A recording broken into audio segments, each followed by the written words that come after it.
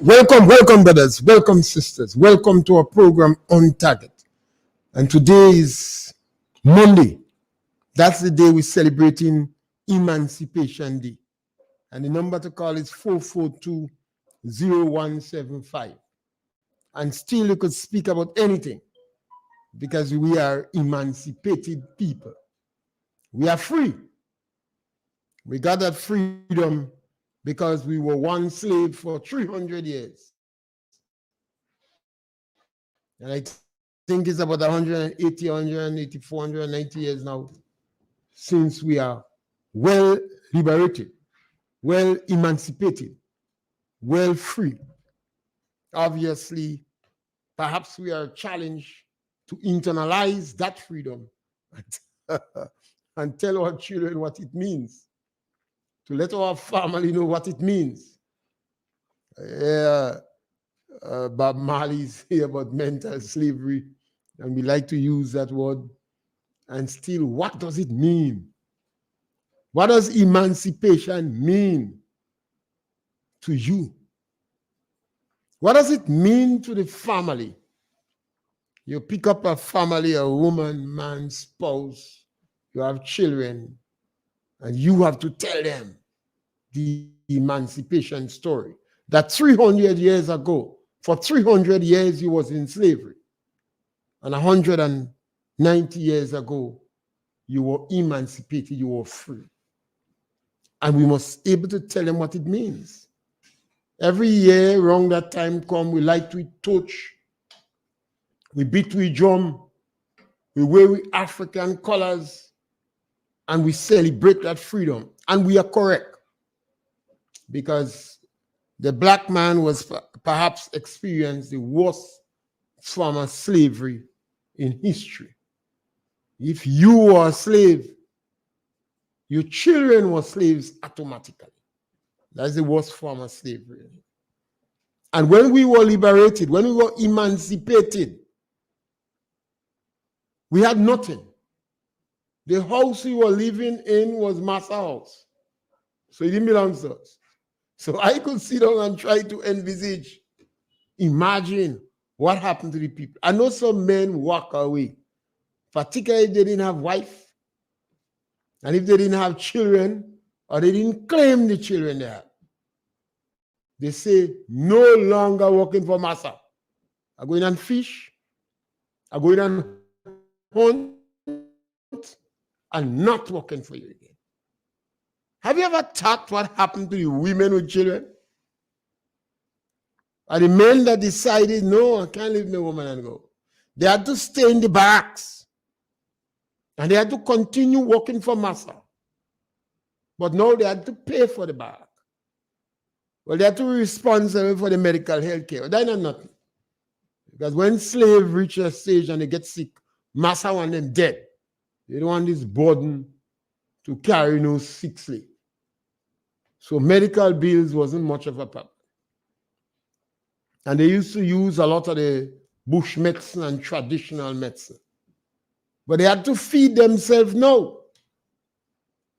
Do we sit down and discuss this thing with these children? You could call me and talk about that or anything else. This kind of children we have here. No. Some of these kind of children, because they know the stories of their parents, their great-grandparents, their ancestor stories 190 years ago. They got their freedom. But what you want to do with it then? You didn't have a place to stay. You couldn't feed yourself. You had to go back to the same plantation to work. And if you sneeze, they tell you, take your jaji bundle and go. Because he was living in their own barracks. Remember, the number to call is 442-0175. And we are operating from 91.5. Beryl has not only done damage to Carrico, it did St. Patrick's too. particularly the farmers and the radio station. These affected us badly. So we lost the 91.9. We operated at 91.5. And our line is not yet back. So you have to use WhatsApp. But we're taking calls. And we will even read some of your comments. Today, we're celebrating Emancipation Day. What we mean by that, what you understand by that. Are you emancipated? Yes. But what you mean by that? What's about your family? Do you sit down and discuss emancipation as a family? I like to speak about the family, because in countries where you have strong families, you tend to have strong countries. We in Grenada have to be concerned our family is getting too weak. We are seeing too much individuals on the street that begging. The Father Mulligan home a couple of years ago, I don't know if they were operating still, had about 30 males in it. That means family abandoned them. A number of the individuals in the mental institute, they don't know when they get a visit from family. Family disown them. Not all, majority. And every day, you have new vagrants, or vagrant-like creatures hung in the street. And we are emancipated people. We must take these things and put it and sit down and discuss it. We have a number of our children who've been to secondary school. They're more educated than us. In yesteryear, most of our parents couldn't read and write. So them just had a piece of strap or whip. Lash! Go to school and learn well. Lash! I don't want you to do the work or do it. Do better. They wanted us to do better. And academically, and in terms of reading and writing, a lot of us have done better. But now, how does emancipation help us? We are emancipated people. What it does for the family. Andrew, you feel emancipated? we have to constantly discuss this, If it don't make sense, we're just using some big word, resilience, blue economy, the environment, foreign affairs. What does it mean for the people of Chantilly? What does it mean for the farmers, you said, right? What does it mean for the farmers? The farmers are not emancipated as yet. Because if you're still selling your nutmeg to a cartel, then you're not emancipated. You're still selling your cocoa in cocoa's bag. Yeah. You're not emancipated. You still don't know how much money your cocoa is making at the diamond industry. Not even your own people either. No, telling you, hey, this is what is happening and this is what we do with your money. Not even that So the farmers not emancipated. How will you get the farmers to sit down and think? The thing is about having a discussion. How when farmers sit down and we jumping up, emancipation, wine go along the road, don't touch, liquor. I'm going to participate in it too, not because I tell you that I'm going to participate in it too. But when you come back, how do we raise the bar? What we do to raise the bar in our families? Education. Education. They say it boils down to that education. It boils down to education. Every leader in the Caribbean put emphasis on education, to educate the family. Eric Williams said when the British gave us independence, they suck us dry like an orange, but they promised not to mash up the skin. I like that. In a lecture in Jamaica, he said the British suck us dry like an orange, but they promised not to mash up the skin. And the British did not give us assistance for economic development as they did Indo-Asia. They treat us in the Caribbean worse. I don't know if we didn't lobby enough or his skin color.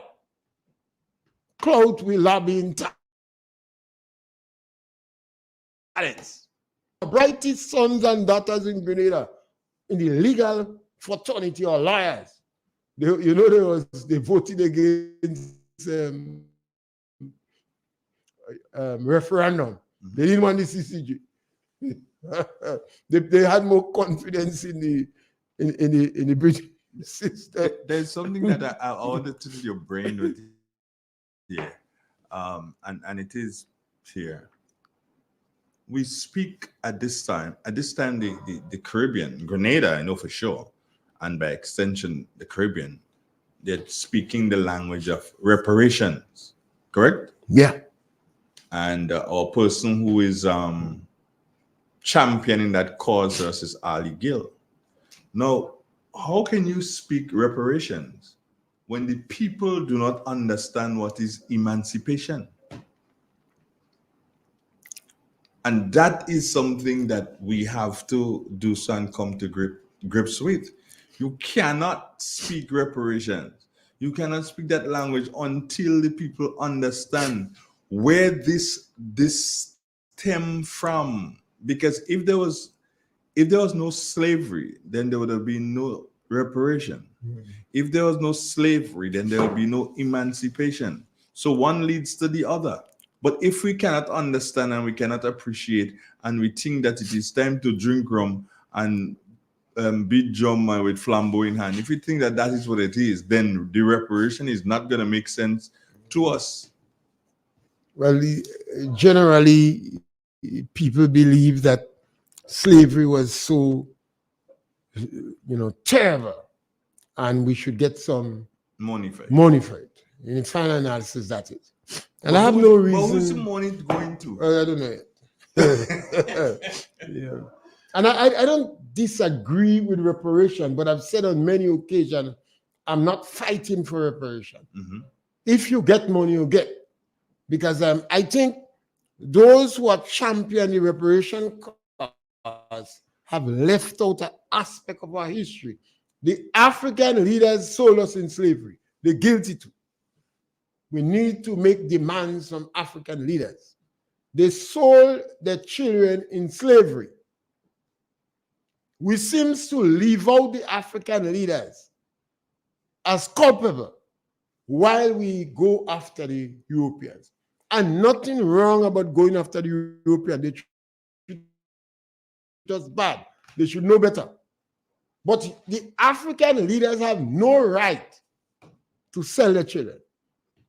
They sold us in slavery, mm-hmm. and they too is guilty.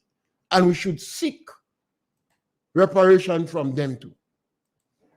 Sometimes I wonder if some of these intellectuals, they're almost on a convenient hate trip. Rather than examining the history and dealing with it so we don't make the same mistakes again. We're going after the Europeans. While it seems that Africa is practically taking steps to re-enslave us economically in the hands of the Chinese and others. So, and the African leaders, if you hear them talk about slavery, they sold us into slavery. They're guilty as charged. And even our leaders here in Grenada. If education is so important, and it is, for us to emancipate ourselves, for us to understand that no Godfather is coming to help us, we have to rise up and develop ourselves and protect our family, and these level of decadence that are around us ought not to be. We can't continue to blame, although we spend more years in slavery than years we are free, but we cannot continue to blame slavery. We have had the University of the West Indies, we have institutions, we have our own leaders maybe for about 50 years, we have banks, we are represented in the United Nations. So there are some aspects we must deal with. But our leaders, as long as we don't understand what emancipation means to us, we would not get it right. Andre, how we could be an emancipated people and we're encouraging our best sons and daughters. And I say in best in terms of age, between 18, 25, and 30 that is your strongest energy in any ways. How is it we could be encouraging them to go and join the British Army? Repeat that one. How Grenada could be encouraging their best sons and daughters. And I use best in terms of energy, because between 18 and 25 to 30 is the most energetic and powerful period in anybody's life. That is when you want athletes. That is when you want soldiers, your workforce. How could we encourage them to go and join the British Army? That's a big one. You know your friend Gates, he has a virgin, a guy that he calls a virgin because they're really tight, that has done like 2 or 3 tours in the Far East already, either Afghanistan or Iran, or Iraq or something like Iraq. Yeah, has done about 3 tours there already. A friend of Gates, his age group. Well, he went off to join the British Army, just like what you said. The military is always exciting for young men. You give them a gun, they get see as a people leaders. This seems to be giving veto power. They're supporting our children to go in the British Army. These same people you're seeking reparation from. That is a paradox. These same people you're seeking reparation from, you supplying them with energy. That's why you're supplying them for. You're supplying them with soldiers to go and fight the war. You had no say in the cause of the war. But your sons and daughters in the British Army, well, you know, I leave out the American there because the American didn't enslave us. It's the Europeans. So we here jumping up. Emancipation, where we flambeau, we break the chain, but we encouraging our sons to go to the British Army. Have the university do a social research. I don't know what term they use. SWOT analysis. Those sociologists have some big talk. Go back and watch the lives of the majority of these individuals who go to the British Army over the years. Most of them regret it. Some of them in hospitals as a result of injuries. Well, the one from St. Mark right there, the hero. Johnson B. Harris. Yeah, hero. Yes, he's alive, but the question is he enjoying the best of health? That's another question there. Is he enjoying the best of health? But he's alive. In my village alone, about 4 of them, after they spend a stint in the army, they go in jail. Point in the army, some of them go in jail. Women say they hit them. Some of them drink rum. And you're not hearing good stories from them. But we are emancipated people. And then we're encouraging our best sons and daughters. And every time I say best, I add in terms of the energy. Because between 18 and 25 is when you stop. That's when you have athletes. That's when you want to. We encourage them to go to the British Army to fight. Have we done some research to find out what is the impact of that on these individuals? We in Grenada here, we emancipated. We encouraging our nurses that is well qualified to go and work with the British. And we're glad, you know. My daughter is a nurse in England. She refused to work in Grenada. She said they have her own contract, and she don't like that. And she going to England to work. And she not in a different pay scale. Yes, the pound in England is high, but in England she's paying the pound. By the time she leave here, most of them live here around 30, 35 years, when they would have done 10, 15 years in Grenada nursing and in white, very experienced, in white. Sometimes they have a child or two, and they have a man. They abandon man, they leave child, and they go to England. And they spend the next 10, 15 years in England, and by the time they reach back, they go back to the same healthcare system that they left. And they suffer immense verbal abuse from some of them old quail white people. Because some of these people might have been racist when they're small. So when they get old, they lose their senses. All they see is a black woman trying to kill them. Mm-hmm. And based upon my information, they send them to some of the most cantankerous and procrastinating patients. The white girls who have time for this, she is giving too much trouble. Send this girl from the West Indies. Now we are encouraging that, you know. And we're jumping up, emancipation, emancipation. How could we be doing that? How could our leaders? I've not heard the voice of our historians for a long while. Since Walter Rodney dead, they kill himself or Bonham kill him. They have all this option. I don't know if the young people know about Walter Rodney. He had a PhD when he was about 24.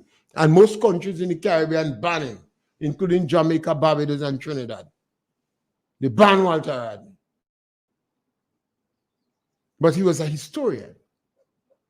We have one among the sociologists and psychologists, and they're trying to. Yes, caller, welcome. Yes, thank you, caller, and welcome. All right, you know, let's speak about the young men that in the Caribbean that leave to go in You're starting up low or what? Yeah, Yeah. to leave and go in the British Army. Yeah. Now we ask them a question. What they are looking at? They're going to a foreign country. They want to go to a foreign country and tell us about the benefit of when America Army is great, so they join the American Army. Right? Is this what they're going for? Because what I'm saying, Mr. Payne, that we know something look like even some of the young men, they might be in the 40s, at the age of the colorful of the revolution. Some of them, they could have going to join the PRG, right, at the time, but they refuse. But when you go in a country, like you're going to join the American Army, the British Army, you're going to fight in another country. And when you go, you don't even have an idea, you have no knowledge about the country you're going to fight. Your life is more in danger. And even if someone, when they go on the battlefield and they fight, and they get damaged, they come back. So then some of them, they don't know themselves, right? They don't know themselves. Yes, they had to leave America. They no longer needing America and do what is gender for. Yes, they get money, but the money they get, and they're on a hospital bed, will pain. Is the person I'm asking, is the pain and the suffering going through, right? Is the money more important than than the pain? Because you can have a lot of money, but the pain and as well, you cannot enjoy your life. So when I look at that, some of them going because of the benefit of what they will get from the British Army, and even some of them when they go in the army and the wife praying for them to die because they will get even if they die, the wife will get benefit, the early benefit. Again, I also want to talk about the slavery. You know, many times you criticize the white men that go in Africa and buy slaves. But who selling the slave to the white? Is it white people, not black people? So we cannot condemn one and don't condemn the others.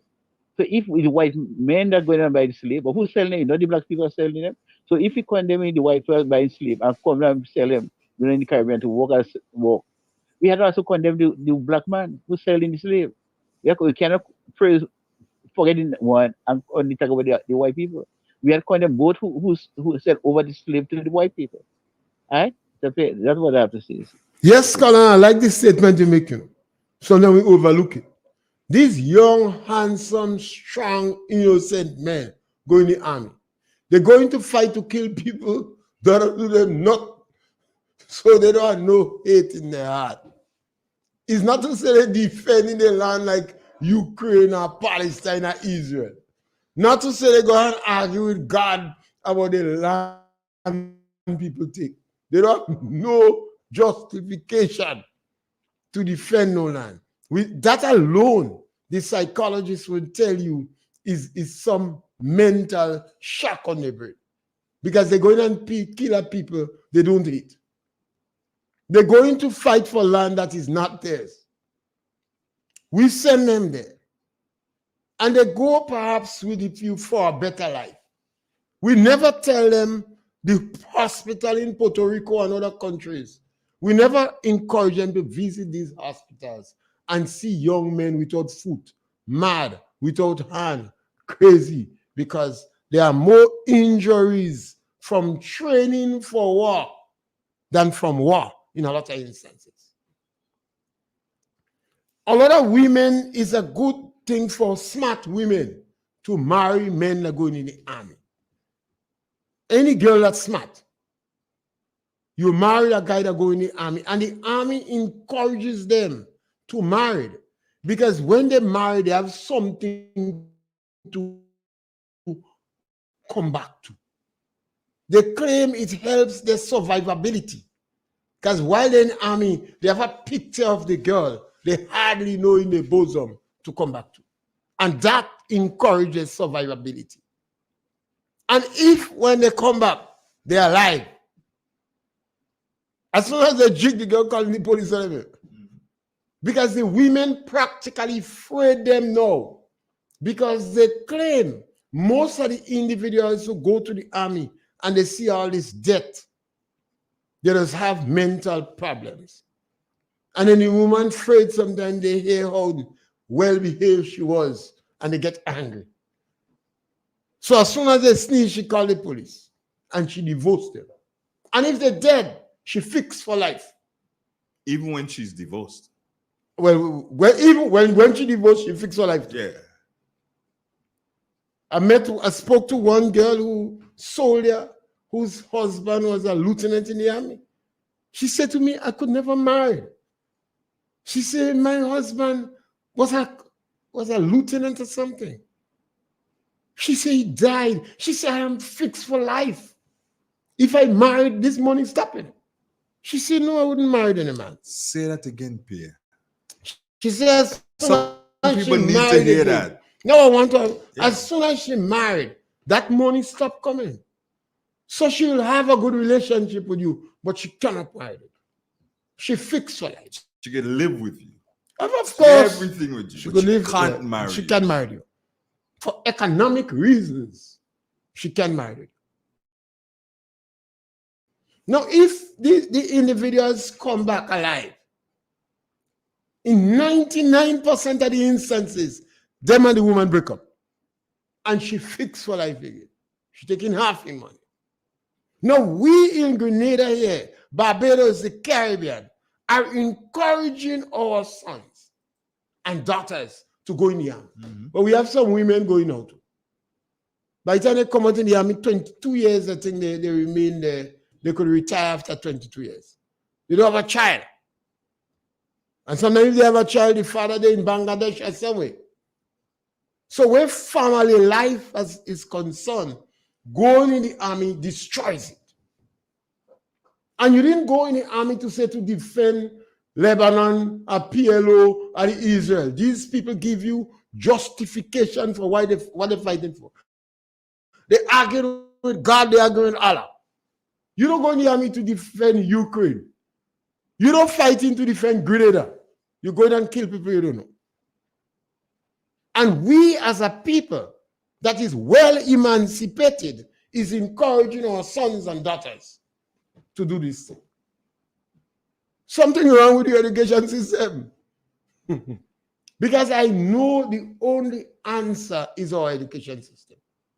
But our education system seems to turn against our people and leading our people back into economic slavery. And I ask the question every day, how could we encourage our best sons and daughters? And every time I say that, I think I refer to the energy that they are between 18 to 30 to 25 or 30s. That's your healthiest period. How could we encourage them to go and fight for the British people, and then we go and ask the British to give us reparation? Does that make sense? Better we keep the children here and tell the British hell was reparation. That is your sportsmen, you know. There are a number of communities now that cannot make a cricket team. The boys in England, the village of Paraclete and Mountain had some skirmish. I wouldn't be surprised over the last 2 years if we have 30 or 40 people from Paraclete and the surrounding areas in England alone. Parents send them out because they say, go in the army, go in the army, go in the army. There are a number of communities, Carrier, Bel Air, Paraclete, a number of other communities, you can't get enough fellas to make a cricket team. And we jumping up emancipation. We so emancipated that we encouraging our most powerful energy group to go to the British, to join the army to fight. And then we asking the British to give us reparation money. Well, how that could make sense? And these guys in academia, as if they're sure as daylight, if they get money, it's them and the organization and they go benefit.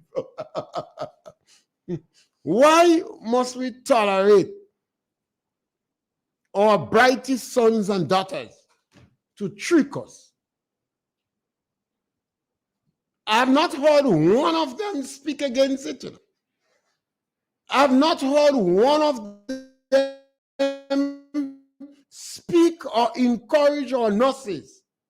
It is not in your economic interest. It is not in your mental or social interest to go and work in England as a nurse. You are under the same contract. England have the highest burnout rate for nurses. English nurses are going to America because they get more pay there. England cut the bursary program, the nursing program. I don't know what proper word to use. The nursing program by about 20-something%. So they're training less nurses. And some of the nurses going in America. They're getting less nurses from Europe. So they turn to the Caribbean and Africa for nurses. To bleed us. These same people that telling England, give us money for reparation. Well, I mean, I don't know.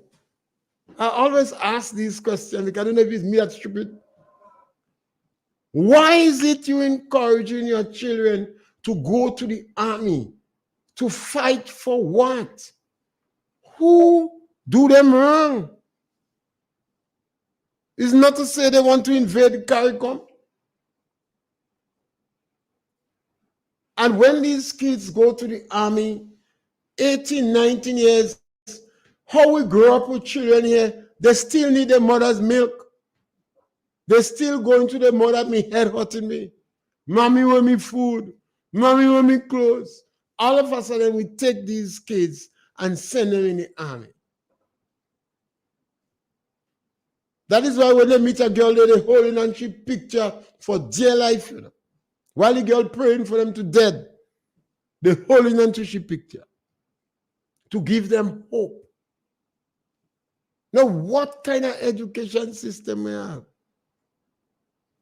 Why is it we tricking young people? How we get away from that?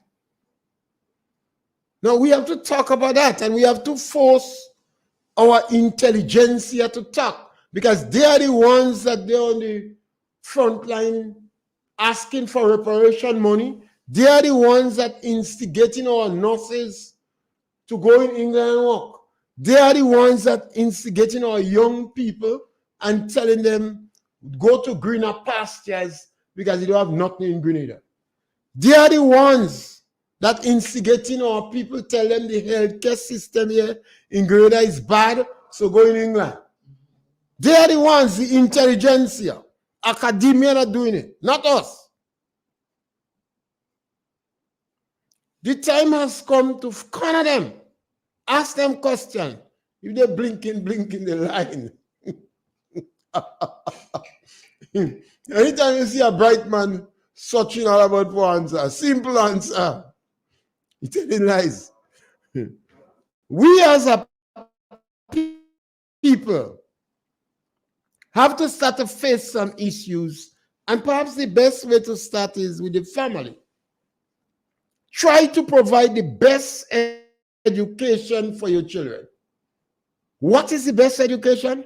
I don't know. All of us might have different yardstick, different template. I speak to a little granddaughter of mine. She's about 12 years old.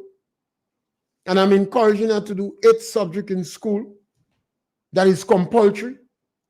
But she could do 25 if she wants. I tell her these others are bragging rights. So I tell her the 8 that is important. Mathematics, biology. Why maths? Because she must pay government tax. I say you must do maths. You have to pay the government tax. Government are joking. So you must do maths to know how much you have to pay. And you must do biology. That will cover your body and about agriculture one time. Then you must do chemistry, because you might want to put all kind of eyeshadow and glue over your eye. And food, you're cooking food and making things, so that is involved in chemistry. And you must do physics. You must do French and Spanish. Why French and Spanish? Because our geopolitical relationship with Latin America and Cuba is exceptionally good, and it might improve. So it might be very easy to get a scholarship to go to these countries.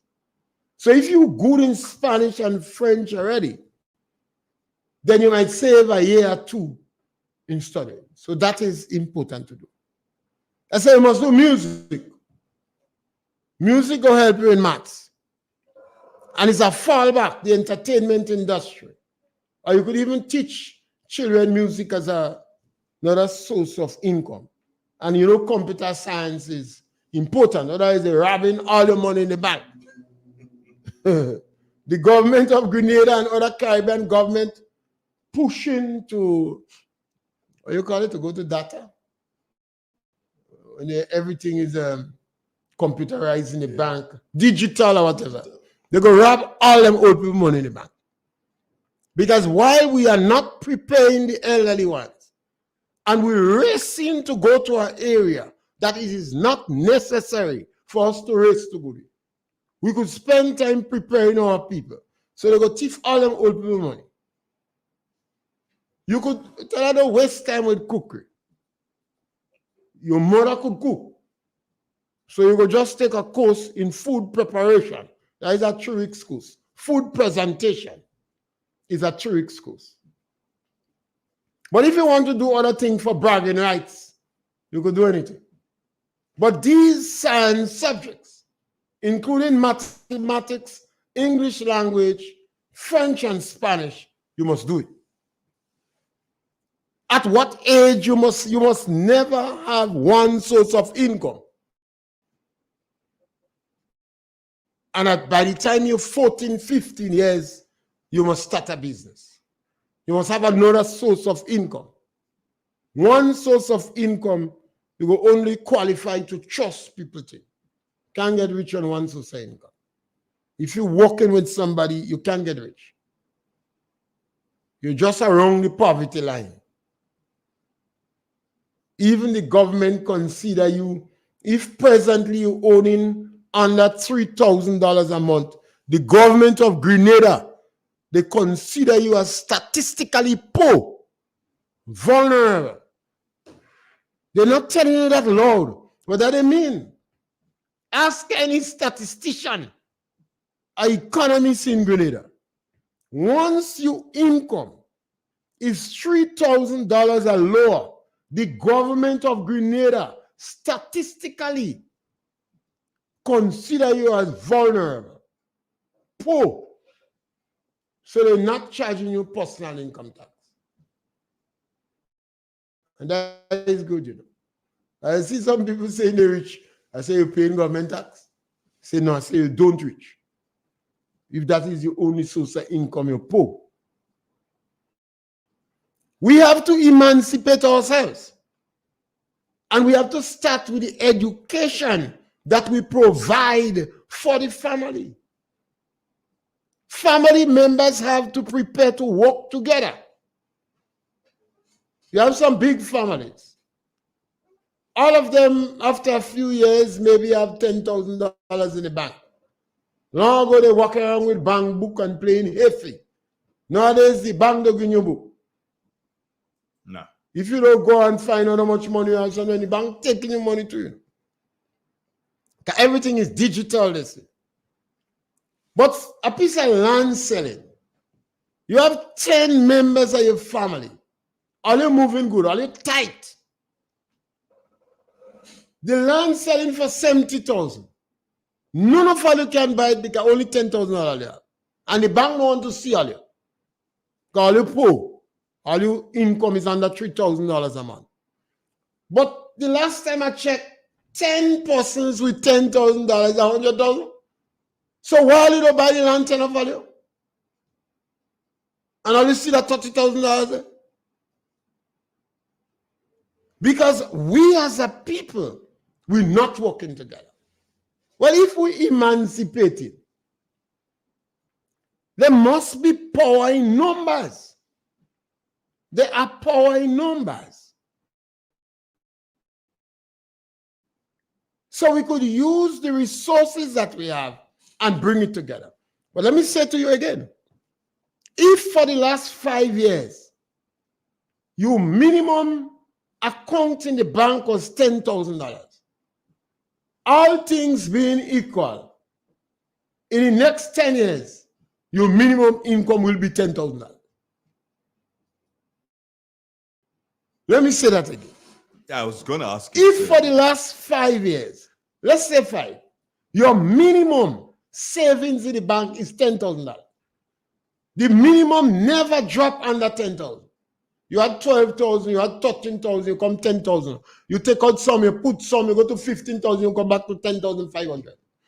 In the next 5 years, all things being equal, your minimum balance in the bank will be $10,000. So for 10 years, you have $10,000 sitting down in the bank. Why do they invest it? Why you don't invest A-type? And everybody walking around tongue like them is hefe. So whether it's all these children that go to school and say they do POB and OBC and economics and who teach the children them? Why is it we not invest in people? We have some big, powerful families in Grenada. It is dwindling. Most of them go in America walking dog and taking care of elderly people, and they're picking up poops on the street. They had maids and butlers in Grenada.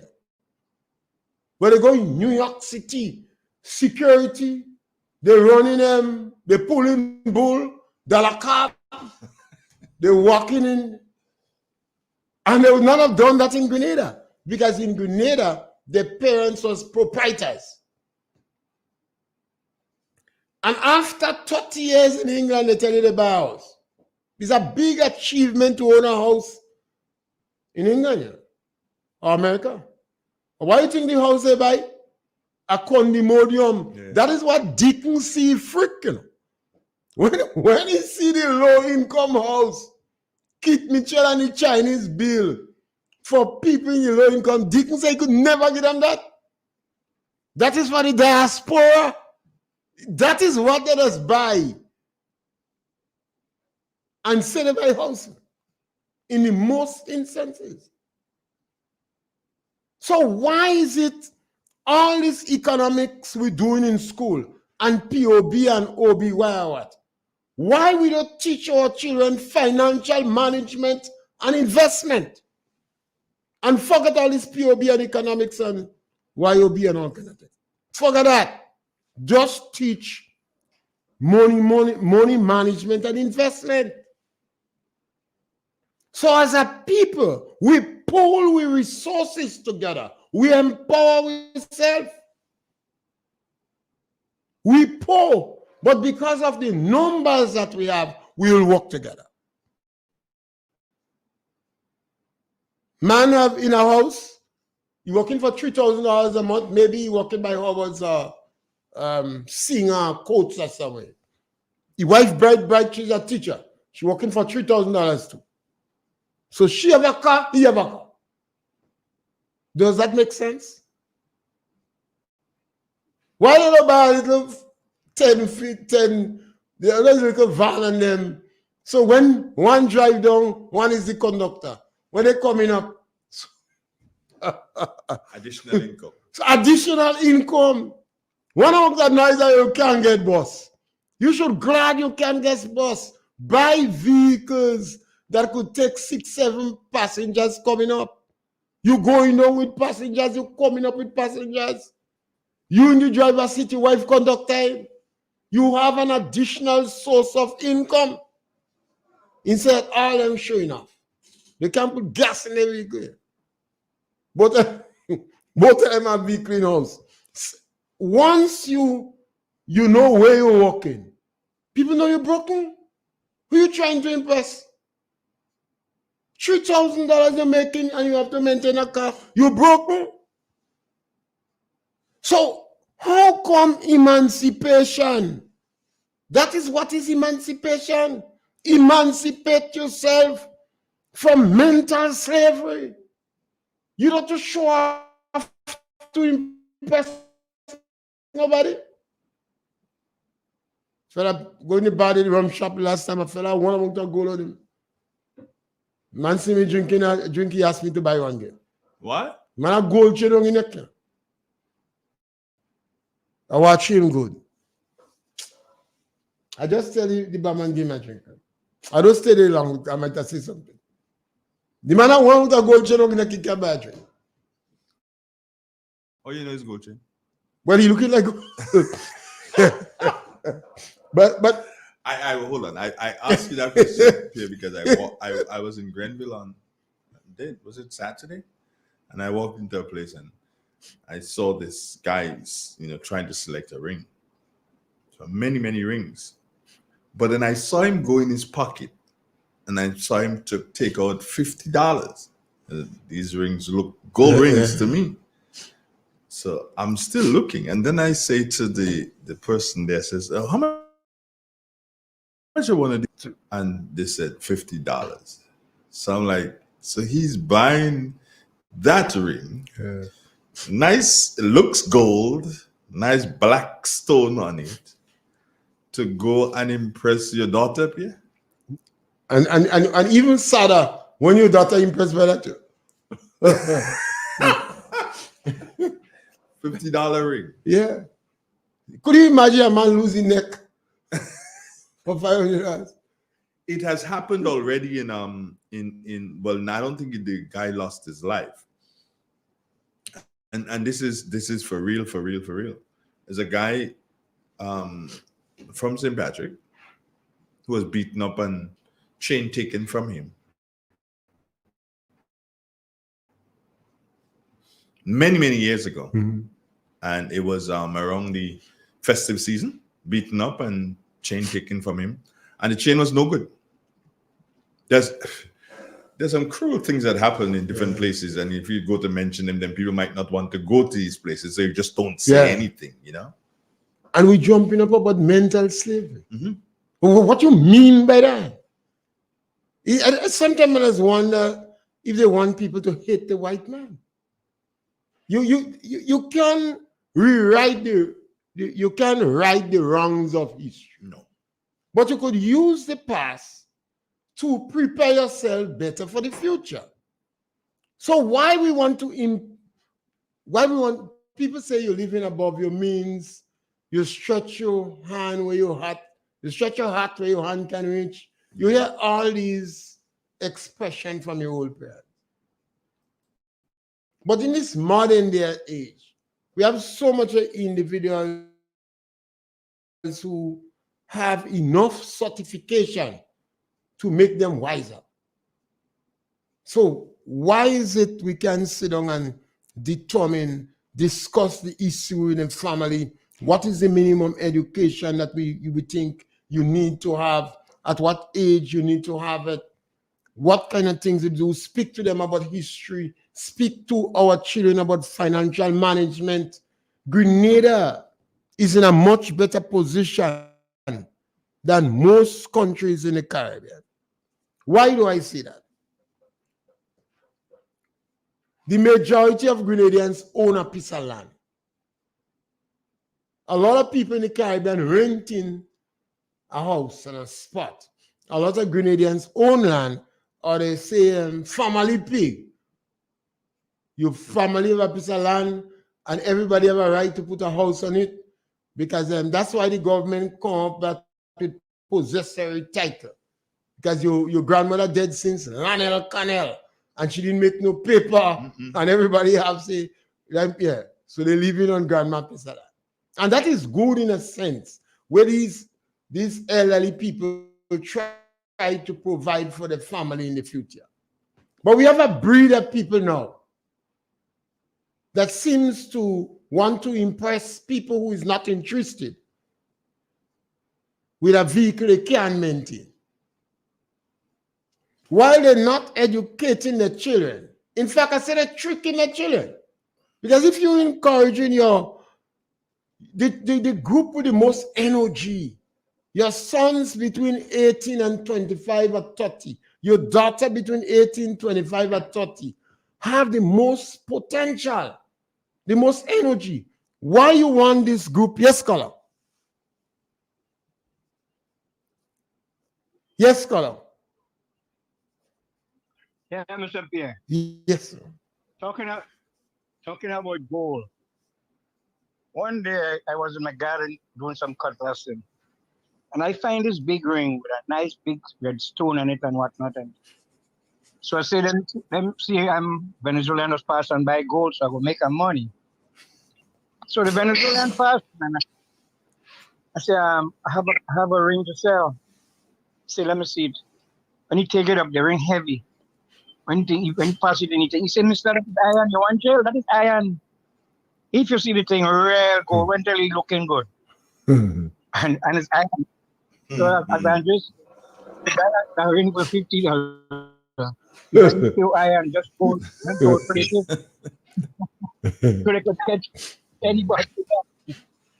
When they covered in the States and they rent all them old gold and all them old thing up there to come back down and fool people and make them feel, well, there's so much according to you as a salesman in the rum shop and he can't even buy it. Yeah. I saw that was happening. Make believe. So we got accustomed to that now. They can't fool nobody with them. Anyhow, have a good evening. Yes, my brothers. So, we have to ask some question. Why you want your best sons and daughters, your sons and daughters with the most potential? They come out to school, they have a good education, relatively good. They are sports people, they're active, and you encourage them to go to fight for the British. The Europeans, the same people you lobby now to give you reparation, you're giving them all the energy to make the money to give you back. You train your nurses after 35 years in Grenada. A woman is 35 years. She went in nursing maybe 20, 21. She in white. She do midwifery. She giving injections. She just even a local psychologist. You take her now and send her to England. You encourage her to go because you say the government can't give her. Government want to put on contract. And by the time she retires, she come back and she's sick, she break up, she don't have a family. Because sometimes when they leave the son here, the son said, my mother in England, and she's sending clothes with number on it. And the son does study in school again. Nobody can rule him because the mother in England. And when you hear the father himself fed up and he realized the mother had him, he just studying son too, You say the boy just studied me, he studied more in England, so your son go astray. And I would really like some nurses who have done this stint in England to talk to us. Call us and tell us about the experience, because that is what is going to change us here. I even challenge people in the diaspora. Sometimes they give us the picture, it looks so nice and prosperous, but they tell us how hard they have to work. And they mislead some of the people in Grenada indirectly, believing that they went to the El Dorado. They don't say that I'm doing 2 jobs in New York. I have to pay me. Snow, I have to be on time to work. I'm never late. They don't tell the realities that here. So we develop our expectation as if they go and pick up money in the El Dorado. And when we go there, like shock takers. And I take strong issue with the education system. Stop do this thing they call POB and OBE and all kind of things. So you have to do money management and investment. Teach our children to invest. Encourage our people to work together, to look after their own. We have too much of young men that ending up in vagrancy and begging and gambling. And they did not have a good education. They don't have the skills and talents to be competitive on the job market. You know, we really need, I don't know what we're doing, but we're talking to provoke discussion. Those bright fellas don't say me wrong. You see, before they tell me I'm wrong, call and say, well, why you say you're wrong, you're not right. But they say nothing. And they're looking for reparation money. To give who?